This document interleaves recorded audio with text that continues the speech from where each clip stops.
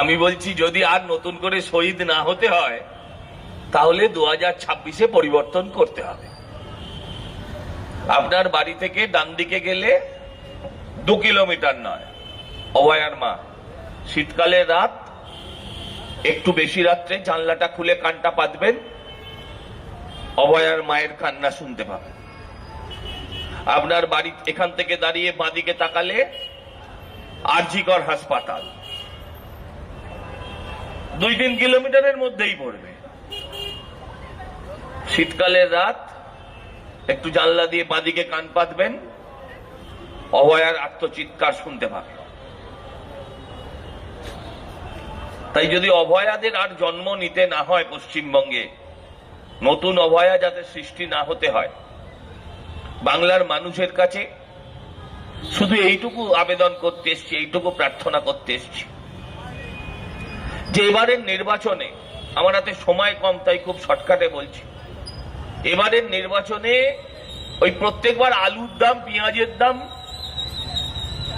গ্যাসের দাম, তেলের দাম করবেন, নিশ্চয়ই করবেন, শুধু এর উপর নির্বাচন করবেন না। এবারের নির্বাচনে প্রথম ভাববেন আপনার বাড়ির মেয়েটার সম্মানের দাম কত, প্রথম ভাববেন আপনার বাড়ির ছেলেটা, আপনার সন্তানের ভবিষ্যতের দাম কত, প্রথমে ভাববেন আপনার স্ত্রীর ইজ্জতের দাম কত, আপনার জীবনের দাম কত। একজন বাঙালি হিন্দু হিসেবে বাংলায় আমাদের দাম কত, শুধু এইটা ভেবে আপনারা আগামী নির্বাচনে ভোট দেবেন, এই আবেদন করছি। আমরা অনেক সরকার দেখেছি, চাকরি খেকো সরকার দেখি, চাকরি না দিতে পারা ব্যর্থ সরকার আমরা সিপিএম কে দেখেছি, কলকারখানা বন্ধ করে দেওয়া সরকার দেখেছি। 26,000-এর চাকরি কখনো একজন বাঙালি হিসেবে ভেবেছেন? হিন্দু মুসলমান নির্বিশেষে এই 26,000-এর মধ্যে হিন্দু আছে, মুসলিম আছে, ঈসাই আছে, শিখ আছে, সবাই আছে। এই 26,000 যদি 294টা লোক বিধানসভা কেন্দ্রে হয়, তাহলে এই নিয়ম মেনে আপনার বিধানসভাতেও এরম পরিবার 80 থেকে 90টা আছে। 26,000 মানুষ মানে 1 লাখ পেট। যে পেটে লাথি মেরেছেন যিনি, তার নাম মমতা বন্দ্যোপাধ্যায়, সরাসরি লাথি মেরেছেন। যিনি মেরেছেন তার নাম মমতা বন্দ্যোপাধ্যায়। উনি একটা কথা বলেছেন যে আমি যা ধরি তা শেষ করে ছাড়ি। আমি আপনাদের কাছে আবেদন করতে এসেছি, আমি আপনাদের কাছে প্রার্থনা করতে এসেছি, দয়া করে বাংলাটাকে আর শেষ অবধি শেষ হতে দেবেন না। বিজেপি আসবে, বিজেপির সবকিছু আপনার পছন্দ না হলেও আমরা দায়িত্ব নিয়ে বলতে পারি, মা বোনেরা রাত্রিবেলা নির্ভয়ে নিশ্চিন্তে ঘুরতে বেরোবে, রাস্তায় বেরোতে পারবে। এটা অত্যন্ত লজ্জার। একজন মহিলা মুখ্যমন্ত্রী হয়ে বলেন মেয়েরা রাত্রেবেলা রাস্তায় বেরোবে না।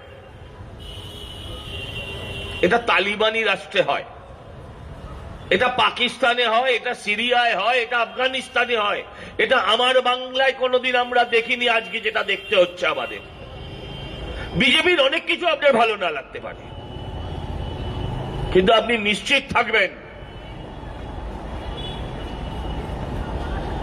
মানুষ কাজ পাবে, এতে কোনো ভুল নেই। তাকিয়ে দেখুন যতগুলো বিজেপি শাসিত রাজ্য আছে, যে সেখানে মানুষের কাছে কাজের অভাব নেই।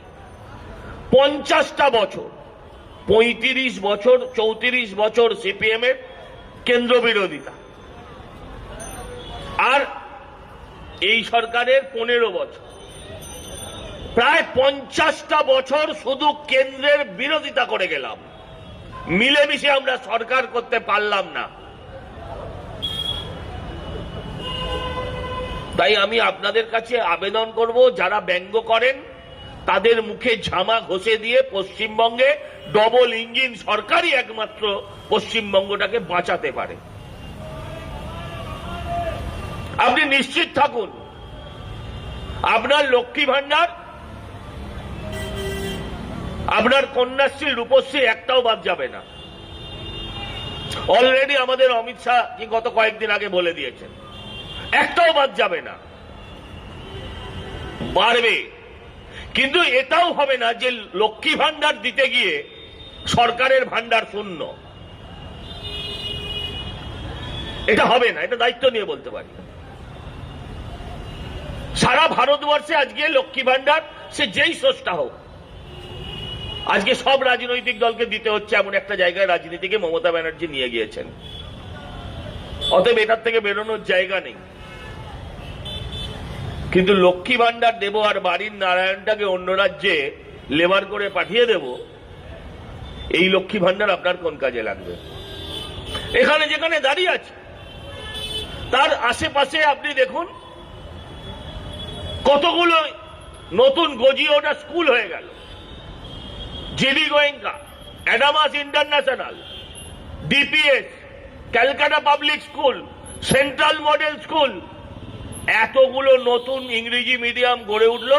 আমি এই অঞ্চলের মানুষ, এই অঞ্চলে যারা এখান দিয়ে ট্রেনে নামছেন বেশিরভাগই হয় বরানগর, নয় কামারহাটি, নয় বেলঘরিয়ার অঞ্চলের। আমি তাদেরকে প্রশ্ন করতে চাই, 20 বছর আগে এই স্কুলগুলো ছিল? আপনারা কি মূর্খ ছিলেন সবাই? আমি আপনাদের কাছে জানতে চাই, এই স্কুলগুলোয় মাসিক বেতন কত? আর আপনি 1000 টাকা নিয়ে দুহাত তুলে যদি নাচতে থাকেন, ভোট দিতে থাকেন, দেবেন? আপনার ছেলেমেয়ের ভবিষ্যতের কথা ভাবুন। আপনারা যারা যে স্কুলে পড়তেন সেই স্কুলের গেটের সামনে গিয়ে দেখুন সেই সরকারি স্কুলটার আজকে কি অবস্থা হয়েছে। আর কলকাতা শহর থেকে শুরু করে এই বরানগরের অঞ্চল থেকে বেলগড়িয়া আশেপাশের সমস্ত অঞ্চলে ইংরেজি মিডিয়াম স্কুলগুলো কিভাবে গজিয়ে উঠছে। বাবা মা খেতে পাক না পাক, ছেলে মেয়েকে ব্যাঙ্গালোরে পাঠানোর জন্য, রাজ্যে চাকরি নেই তারা জানে, তারা বাধ্য হচ্ছে এই স্কুলগুলোয় পড়াতে। 1000 টাকায় সম্ভব? পাঠার মাংসের কিলো 850-900 টাকা, ভোট আস্তে আস্তে 1000 হয়ে যাবে। 1 কিলো পাঠার যা দাম, আমারও 1 মাসের সরকারি অনুদান তাই দাম। ভেবে দেখবেন বাঙালি যে কতদিন বলির পাঠা হবেন। আমরা নিশ্চয়ই লক্ষ্মী ভান্ডার চাই, আমরা নিশ্চয়ই লক্ষ্মী ভান্ডার নেব। তাই বলে রোজগেরে বাড়ির ছেলেটাকে আমি এই রাজ্য থেকে ভিন রাজ্যে পাঠিয়ে দিয়ে আমি বরানগরে ভোট চাইতে যাওয়ার সময় পাড়ায় পাড়ায় ঘুরে দেখেছি, বাড়িগুলো সব বৃদ্ধাশ্রমে পরিণত হয়েছে। বাড়িতে বুড়ো আর বুড়ি থাকেন, ঠিক বলছি কিনা?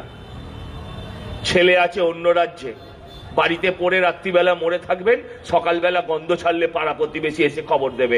এই জন্য যদি আমার সন্তানকে আমি মানুষ করতে হয়, তার থেকে মানুষ না হওয়া ভালো, মানুষ না করা ভালো। আজকে আপনাদেরকে সেই মুখোমুখি দাঁড় করিয়ে দিয়েছে একটা সরকার। এই যে ভাইরা অটো চালায়, আমাকে দেখলেই লুকিয়ে লুকিয়ে হাত তোলে, ওই দাদা আর পারছি না।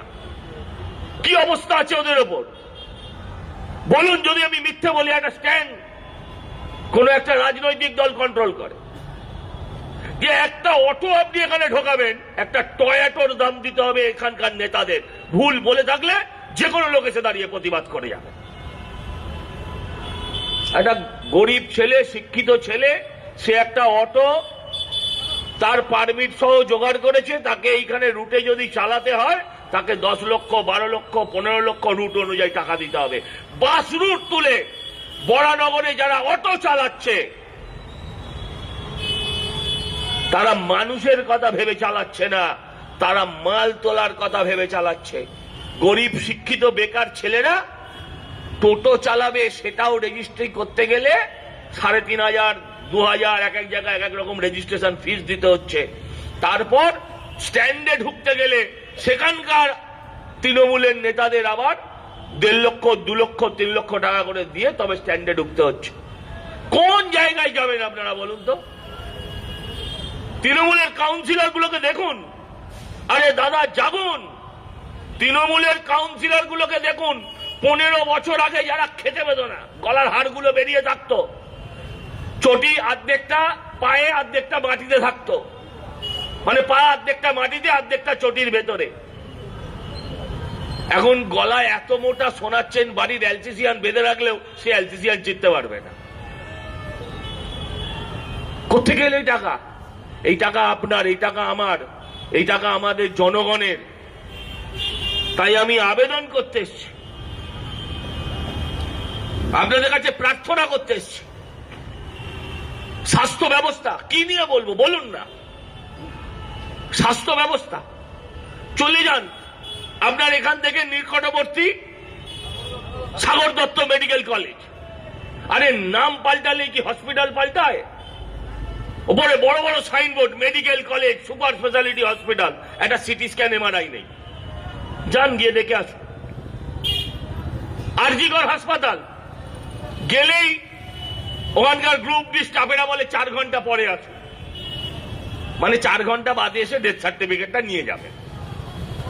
মানুষ ওখানে চিকিৎসা পেতে যায় না, মরে গেলে যাতে ডেথ সার্টিফিকেটের জন্য হয়রানি না হয় সেই জন্য আজকে সরকারি হাসপাতালগুলোতে মানুষকে যেতে হয়।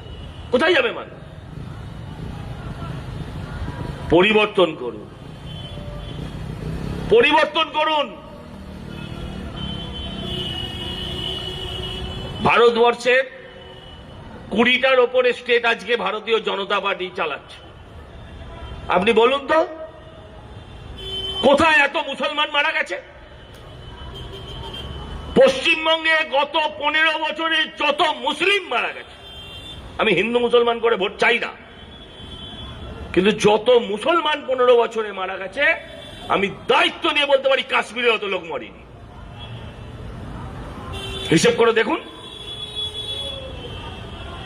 শুধু বকটুইতে একদিনে টিভি ফেটে 12 জন লোক সাফ। ভেবেছেন আপনারা কখনো? লোকে মসজিদ করবে, করবে কেন করবে না? মন্দির করবে হিন্দু, মসজিদ করবে মুসলিম, এটা স্বাভাবিক। গুরুদ্বারা করবে শিখ। আপনি আমায় বলুন তো বাবরি মসজিদ কেন হবে? বাবরি মসজিদ কেন হবে? মসজিদ হোক, আমাদের কোনো আপত্তি নেই, আমরা চাঁদা দেব, কিন্তু সেই মসজিদের নাম বাবরি মসজিদ কেন হবে আজকে জানতে চাই আপনাদের কাছে। সরকার, আমি সেই ছেলেটা, আমি একটা দুর্গাপুজো করি সন্তোষ মিত্র স্কয়ার, অনেকেই জানেন। আমি যখন বিজেপি জয়েন করিনি তখন আমি সরকারের অনুদান নিইনি। সরকার কেন দুর্গাপুজোয় চাঁদা দেবে? 500 কোটি টাকা সরকারের এতে খরচা হয়েছে। 45,000 পুজো কমিটি, 1,10,000 টাকা করে সাবস্ক্রিপশন, মানে সরকারি চাঁদা। 500 কোটি টাকা খরচা হয়। 500 কোটি টাকায় যদি আমি লক্ষ্মী ভান্ডারে আরো 1,000 টাকা করে দিত বাংলার মা বোনেদের, যে মায়েরা তোমরা পুজোর সময় একটা নতুন শাড়ি কিনে পড়বে, আমি তাহলে মমতা ব্যানার্জিকে একটা সালাম জানাতাম। ক্লাব কেনা, ক্লাব ক্যাশ পয়সায়, নগদ পয়সায় ক্লাব কেনা, আর এই ক্যাশ পয়সাটা মমতা ব্যানার্জি তার বাপের ঘর থেকে এনে দিচ্ছে না, আপনার থেকে নিয়ে দিচ্ছে। এই সহজ কথাটা বাঙালিকে বুঝতে হবে। যখনই রুখে দাঁড়াতে পেরেছেন, যখনই সংঘবদ্ধ হতে পেরেছেন, দেখুন তখনই পালিয়েছে। সল্ট লেকে মেসি, দেখুন সমস্ত দর্শক সংঘবদ্ধ হয়ে যখন আক্রমণ করলো সব পালিয়ে গেল, কেউ নেই সামনে। যখন আপনারা 24 সালে 23 সালে আগস্ট মাস থেকে আপনারা যখন লাগাতার আন্দোলন করছিলেন, এই রাস্তাগুলোয় মোমবাতি জ্বালাচ্ছিলেন, ছিল না পাড়ায় আপনার তৃণমূল আপনাকে রোখার জন্য। কিন্তু এটাও বলে যাই, যদি মনে করেন তৃণমূলকে আপনি মোমবাতি দেখিয়ে তাড়াতে পারবেন, তাহলে তৃণমূল যাবেন না। কুলোর বাতাস দিয়ে তৃণমূল যাবে না, একে ঝেঁটিয়ে বিদায় করতে হবে। আর যদি বিদায় না করতে পারেন, আপনি আগামী দিন পশ্চিমবঙ্গে থাকতে পারবেন না। অত্যন্ত পরিষ্কার এবং দ্বিধাহীন কণ্ঠে বলে দিয়ে যেতে চাই, আপনি আগামী দিন পশ্চিমবঙ্গে থাকতে পারবেন না এবং আপনি থাকবেন না। তাই আমি আপনাদের কাছে আবেদন করছি, প্রার্থনা করছি, নিজের ভালো পাগলেও বোঝে। হে বাঙালি, তুমি বোঝো,